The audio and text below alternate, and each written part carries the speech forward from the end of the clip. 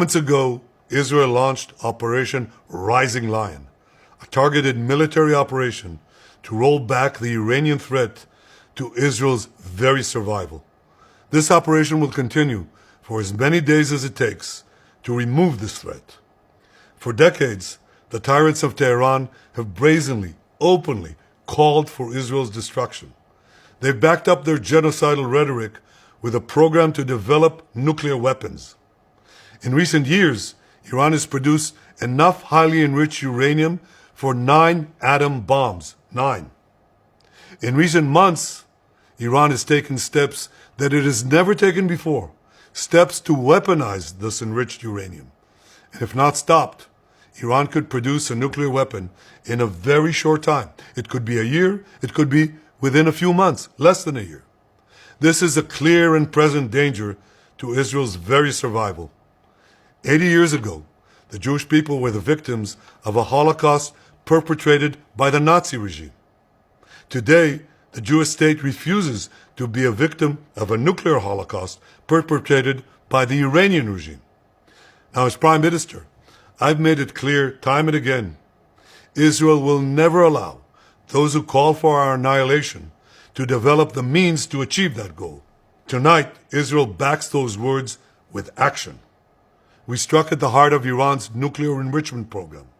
We struck at the heart of Iran's nuclear weaponization program. We targeted Iran's main enrichment facility in Natanz. We targeted Iran's leading nuclear scientists working on the Iranian bomb. We also struck at the heart of Iran's ballistic missile program. Last year, Iran fired 300 ballistic missiles at Israel. Each of these missiles carries a ton of explosives and threatens the lives of hundreds of people. Soon, those missiles could carry a nuclear payload, threatening the lives not of hundreds, but of millions. Iran is gearing up to produce 10,000 of those ballistic missiles within 3 years. Now just imagine 10,000 tons of TNT landing on a country the size of New Jersey. This is an intolerable threat. It too must be stopped. Iran is now working on what it calls the new plan to destroy Israel. You see, the old plan failed. Iran and its proxies tried to encircle Israel with a ring of fire and to attack us with the horrible attack of October 7th. But the people of Israel, the soldiers of Israel, rose like lions to defend our country. We crushed Hamas, we devastated Hezbollah, we hit Iranian proxies in Syria and Yemen. And when Iran directly attacked us twice last year, we struck back inside Iran itself. Yet in defending ourselves, we also defend others. We defend our Arab neighbors. They too have suffered from Iran's campaign of chaos and carnage. Our actions against Iran's proxy Hezbollah led to the establishment of a new government in Lebanon and the collapse of Assad's murderous regime in Syria. The peoples of those two countries now have a chance for a different future, a better future.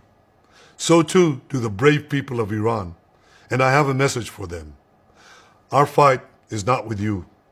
Our fight is with the brutal dictatorship that has oppressed you for 46 years. I believe that the day of your liberation is near. And when that happens, the great friendship between our two ancient peoples will flourish once again. I want to assure the civilized world, we will not let the world's most dangerous regime get the world's most dangerous weapons. And Iran plans to give those weapons, nuclear weapons, to its terrorist proxies.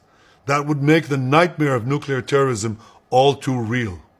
The increasing range of Iran's ballistic missiles would bring that nuclear nightmare to the cities of Europe and eventually to America. Remember, Iran calls Israel the small Satan. It calls America the great Satan. And this is why for decades, it's led millions in the chants of death to Israel and death to America. Today, Israel is responding to those genocidal calls with action and with a call of our own. Long live Israel and long live America.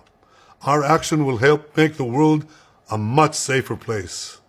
I want to thank President Trump for his leadership in confronting Iran's nuclear weapons program. He has made clear time and again that Iran cannot have a nuclear enrichment program. Today, it is clear that Iran is just buying for time.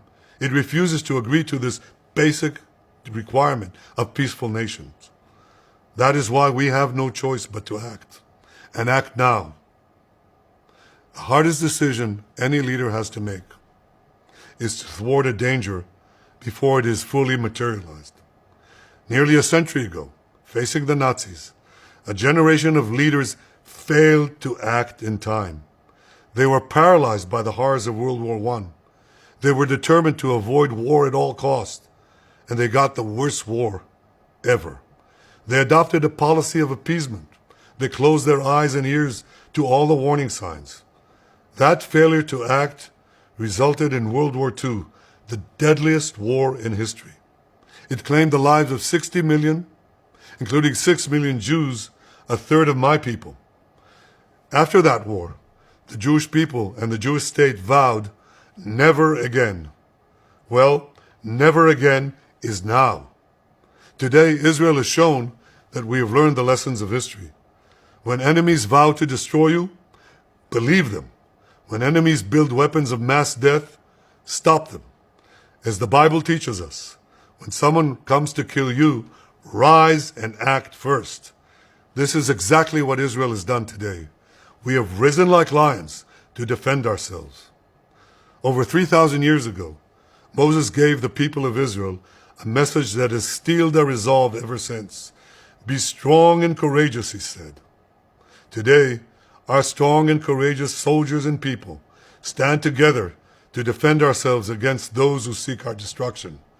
And by defending ourselves, we defend many others, and we roll back a murderous tyranny. Generations from now, history will record that our generation stood its ground, acted in time, and secured our common future. May God bless Israel. May God bless the forces of civilization everywhere. Thank you.